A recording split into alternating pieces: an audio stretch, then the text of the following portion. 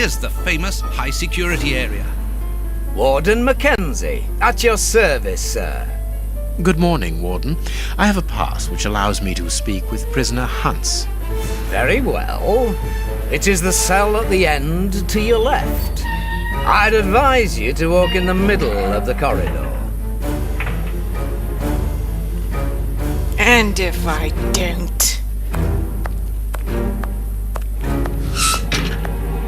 Nothing happens. Well then. Here's this guy. Watson, get out of my face. Seriously. No. No, I don't want to talk to Watson. Hans Schielman, I require some information from you. So, who do we have here? The celebrated Sherlock Holmes himself. Do you know that for all the time I have spent rotting in here, you are my first and only visitor? I think this is cause for celebration. A confrontation between two geniuses, two extraordinary minds. I am afraid that you are not quite as great a chemist as you believe you are, Mr. Schielman. I will not say that you never were. No, it was certainly true once. But you see, while you are whiling away your days in here, it appears that someone on the outside is at the point of surpassing you, if that is not already the case. Yes, I heard about that. A chemical poison that eats away at the flesh and provokes hysteria. I recognize talent when I see it, but it's only a matter of time before I win back my laurels, believe me. What can you tell me? That depends on what you can bring to me. What do you want? Do you know why I am treated so harshly? For my meals, I am given nothing but a hunk of bread, and even then, not just any sort. Get to the point. Never interrupt me! Where was I? Volatile. Oh yes, the bread. Did you know that with a little rye yeast, a pinch of moss, certain cockroach secretions, just enough light and damp, with a few other ingredients that I will keep quiet about, I succeeded in poisoning half the staff here. Unfortunately, a little something was omitted, which would have made the results fatal. Instead, it merely caused acute attacks of stress and powerful hallucinations.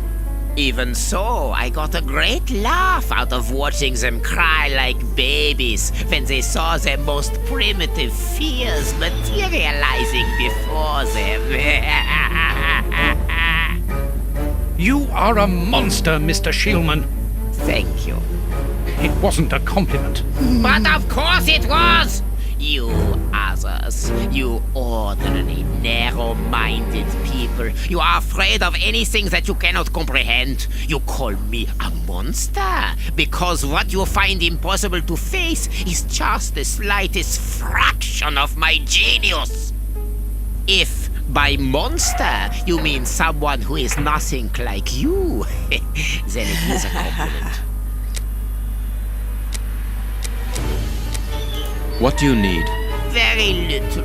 Just something to write with. Spit it out. You see, my brain races like an engine with too many thoughts. I see them crackle and explode into thousands of formulae right in front of me. What a torture not to be able to write them down. What a hell to see them vanish just as quickly as they appear to me. Just bring me something that I can write with. That's all. That seems an easy enough request to fulfill. But listen, I don't want a vulgar inkwell and a pigeon's feather. No, I need material fit for my talent. I want my ink pen. Bring it to me, and I will be happy to pass on to you a little of my knowledge of modern chemistry. Where is it? It was confiscated upon my arrival here. I suppose it might be in my locker, in the locker room. Leave me now, and don't come back without my ink pen. All right. See you soon, Mr. Holmes.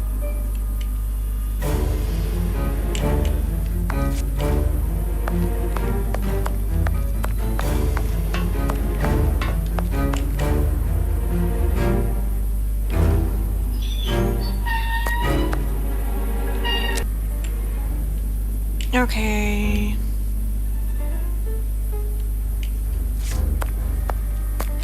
This is the wrong door. Excuse me, what's in?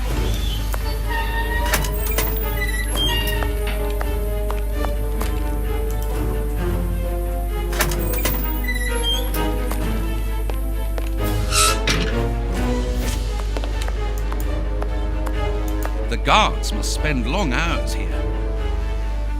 Where you coming, Watson?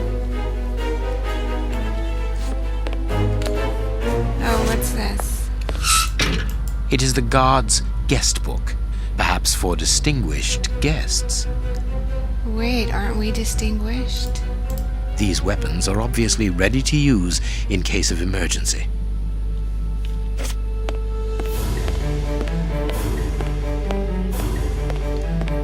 Okay. Now the check room is closed.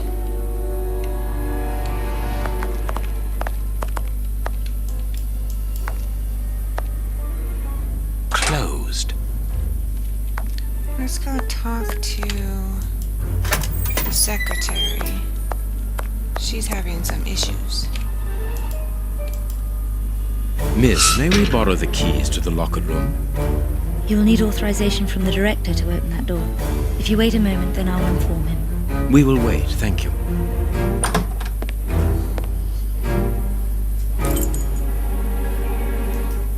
Anything new, Mr. Holmes? Is your investigation advancing? We just need the keys. Mr. Holmes, have you been able to get what you wanted from our lodger? Not yet. We must first cast light upon a crucial point, and for that we require your help again. What can I do? We need to examine Shielman's civilian clothing. Very well, but be extremely careful. What do you mean? In that madman's compartment, you will find a strange little coded case which refused point blank to open when he was incarcerated. We did try to force it, but without success. Didn't you ask the experts? Of course we did. Experts from Scotland Yard came to examine it, where they came to the conclusion that it was better that the case remained shut than tamper with it too much. I see. They were afraid that some poison or other might escape if it was opened. Exactly. Bear in mind that this man is an evil genius, a master poisoner, and that his poisons are never ordinary. Here's the key to the locker room. I give you the authorization to open it. Thank you. Good. Thank you, Mr. Patterson. Miss Patterson, the guards are still waiting for you to put up the duty list. Do it as soon as possible. Without it, the changing of the guard cannot take place. Or had you forgotten?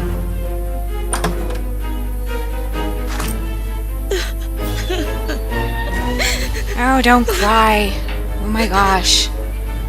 Dry your tears, miss. I'm certain that your father didn't mean to hurt you. Mr. Watson, I can't put up the duty list. And when he finds out, he'll be furious. Why can't you? It's in my locker, in the cloakroom, and I've lost the key. Your aunt. Say no more, Holmes. As you keep repeating, time is against us. Let's go and look at the things in the rat killer's locker